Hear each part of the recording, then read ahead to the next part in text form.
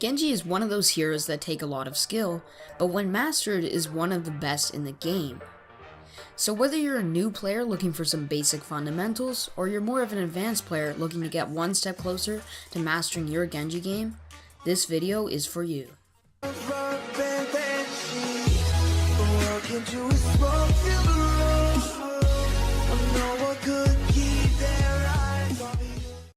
Hey, what is going on everyone? My name is Incarnate, and today I'm going to be giving you the complete guide to Genji. In this guide, we're going to go over Genji's abilities and how to use them efficiently. Genji isn't a hero that you can do well with if you don't use his abilities correctly, so let's get right into it. Starting off with his Shurikens, they're Genji's main weapon, and there are two different uses of the Shurikens.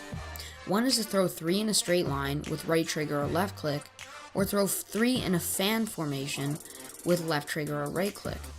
I would use the right trigger or left click from longer distances or at enemies that are standing still, where I would use the fan of Shurikens when you're in a close fight because they have a faster fire rate, and if all 3 hit, they do the same amount of damage.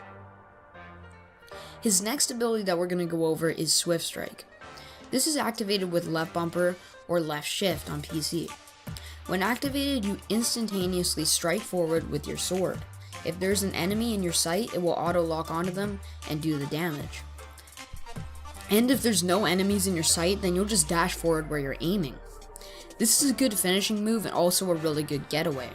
It does 50 damage, and in Overwatch each bar of health is worth 25. So if you see an enemy with 2 bars of health, then activate Swift Strike for an easy kill. I would recommend in close range fights to use your Shurikens to damage them first and wait to use your Swift Strike. That way if you get outnumbered or caught off guard, you can use it as an escape mechanism. Now we're moving on to his right bumper or E ability, Reflect.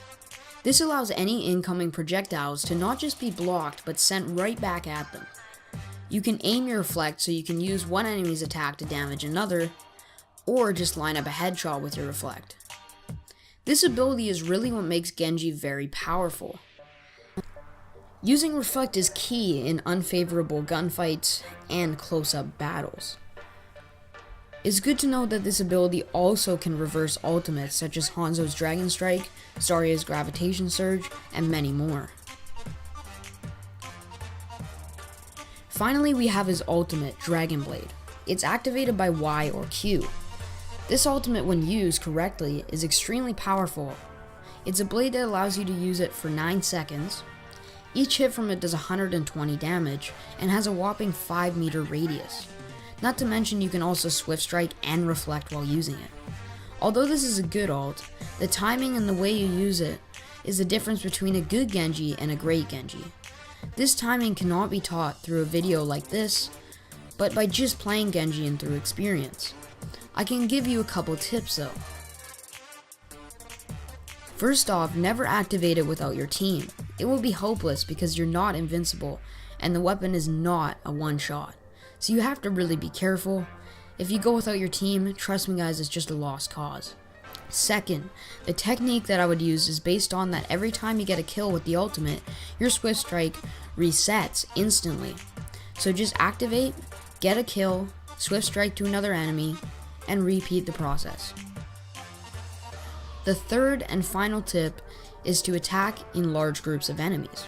It can be hard for people to kill you if you dash from person to person, and with your team you can really clean up. The last thing we're going to go over in this guide video is the importance of Genji's passive. Genji has a passive, which means that he can move differently than some of the other characters. Genji can double jump and wall climb. This makes him the ultimate flanking hero and allows for him to have the power of wiping a whole team out. If you want to be a really good Genji, or a great Genji at that, you have to really take advantage of that movement and move unpredictably.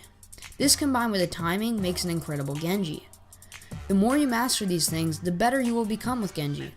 And remember, it's gonna take some time, but you will get there if you keep it up. So keep going. I hope this tutorial was helpful to you guys out there, learning to play Genji or just looking for some extra tips. If this did indeed help you out, then make sure to hit that subscribe button and like the video. And if you think I missed something, make sure to leave a comment down below. My name is Incarnate, have a great day, and I'll see you all later.